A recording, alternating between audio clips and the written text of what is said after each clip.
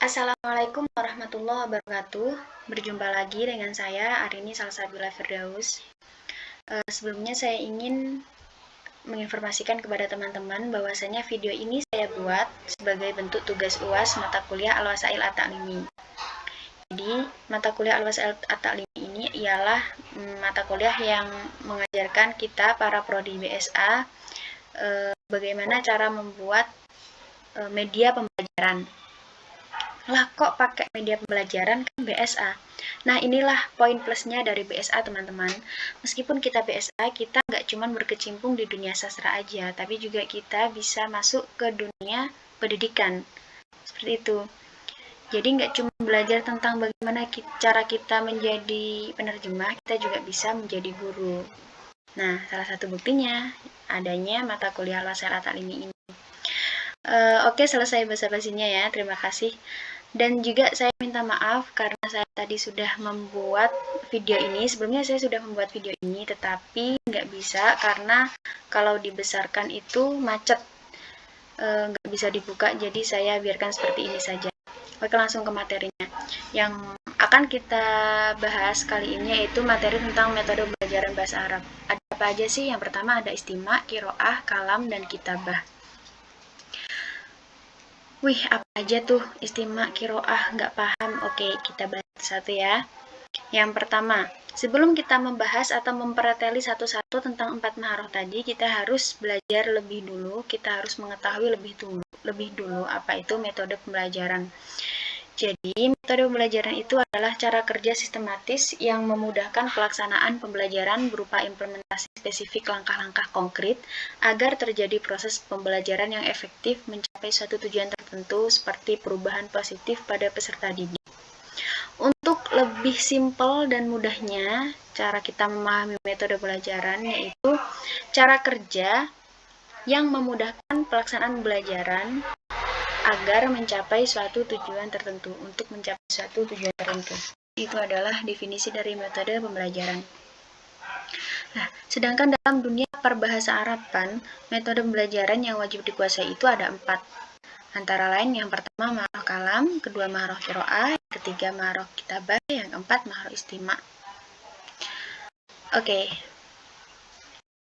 Yang pertama ada istimak, maksudnya ialah mendengarkan. Jadi meskipun sama aja ya, meskipun bahasa Arab, dalam mempelajari bahasa-bahasa lain itu juga pasti kita membutuhkan yang namanya metode mendengarkan. Kalau dalam bahasa Inggris itu ada listening. Kalau dalam bahasa Indonesia ya mendengarkan. Nah, dalam bahasa Arab itu ada istimak, maharoh istimak. Contoh dari metode mendengarkan yang sering kita jumpai yaitu ketika kita ada di lab bahasa, laboratorium bahasa, itu kita biasanya disuruh menggunakan earphone atau headset, lalu kita mendengarkan native speaker berbicara, ya kan? Nah, di situ kita mencatat apa saja kosakata biasanya atau mufradat yang kita tangkap dari ucapan yang diucapkan oleh native speaker itu. Biasanya kayak gitu ya.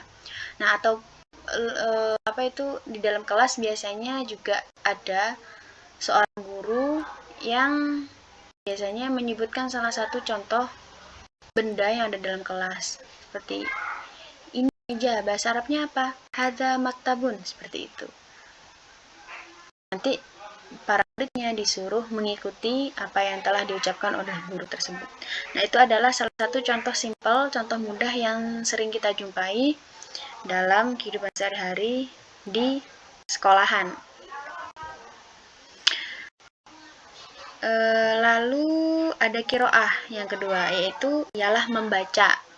Kalau dalam bahasa Inggris ada reading-nya, bahasa Indonesia membaca. Kalau metode qiraah ini biasanya kita dipertemukan dengan kitab-kitab klasik ya. Jadi untuk menguasai qiraah kita itu menggunakan alat bantu kitab, namanya aja membaca. Jadi kita juga harus membaca kitab-kitab klasik. Nah, untuk menguasai nahwu sorof, untuk menguasai bahasa atau nahwu sorofnya, itu menggunakan metode qiraah. Jadi qiraah ini pentingnya. Lalu ada kalam, maharoh kalam. Kenapa saya taruh tengah-tengah? Karena kalam ini sangat penting, teman-teman. Yaitu ialah berbicara. Kalau dalam bahasa Inggris ada speaking skill. Nah, berbicara. Ada pepatah yang mengatakan bahwasanya orang bisa dikatakan pandai atau mahir berbicara itu ketika dia pandai orang bisa dikatakan pandai berbahasa itu ketika dia pandai berbicara akan bahasa tersebut. Seperti itu. Orang bisa dikatakan pandai berbahasa.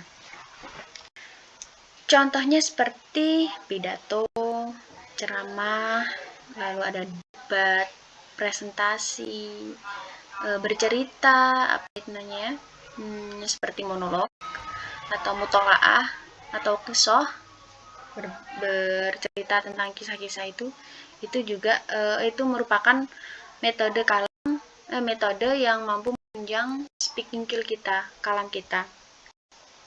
Nah, dan kalam sangat penting ya. Lalu yang keempat ada muhadasah, maksudnya ialah percakapan. Sebenarnya muhadasah ini tidak masuk dalam kategori maharoh tadi, cuman saya bedakan karena kalam ini yang dimaksud itu cuman satu orang. Sedangkan muhadasah ini percakapan yang artinya mengharuskan dua orang pelaku atau lebih. Gitu. Jadi saya bedakan. Tapi seandainya muhadasah ini nggak ada, juga nggak apa-apa. Karena yang inti dari maharoh itu ada 4 cuman. Karena muhadasah ini adalah bagian dari kalam. Yaitu sama-sama metode berbicara. Cuman yang membedakan adalah kalau muhadasah ini harus 2 orang atau lebih. Seperti itu ya. Oke, yang keempat ada kitabah, yaitu menulis. Nah, menulis ini juga penting ya. Contoh dari metode menulis ini ada imla. Imla itu semisal ada guru yang menyebutkan sebaris kata, lalu muridnya diminta untuk menulis apa yang telah diucapkan oleh guru tersebut tanpa melihat teks. Jadi cuman modal mendengarkan saja. Nah, sebenarnya keempat maharoh ini saling berkaitan karena kalam pun membutuhkan istima. Kitabah pun ada sebagian yang membutuhkan istima. Begitupun dengan qiraah. Qiraah juga membutuhkan yang namanya kitabah atau kemampuan menulis. Jadi kita nggak harus cuma menguasai satu aja, kalam aja, qiraah aja, nggak bisa. Kita harus, kalau ingin menguasai bahasa Arab dengan sempurna, kita juga harus menyeimbangkan, kita harus sama-sama mempelajari keempat maharoh tersebut. Seperti itu. Nah, itu saja dulu materi kali ini tentang metode belajar bahasa Arab. Kurang lebihnya saya mohon maaf jikalau ada kata-kata yang kurang jelas, kurang enak didengar, atau menyinggung, dan lain sebagainya. Saya minta maaf.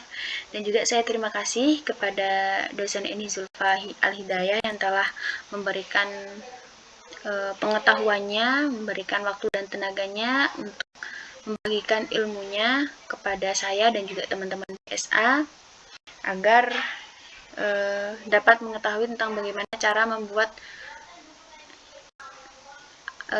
media pembelajaran sebagai sangu nantinya kita dalam menyampaikan materi yang akan kita sampaikan ke anak didik kita. Terima kasih banyak. Dan juga kalau ada teman-teman yang kurang paham atau kurang jelas tentang materi yang telah saya sampaikan, silahkan kalian teman-teman ini menanyakan di kolom komentar saja. Oke, cukup sekian dulu video yang saya buat. Kurang lebihnya mohon maaf. Wassalamualaikum warahmatullahi wabarakatuh. Sampai jumpa lagi.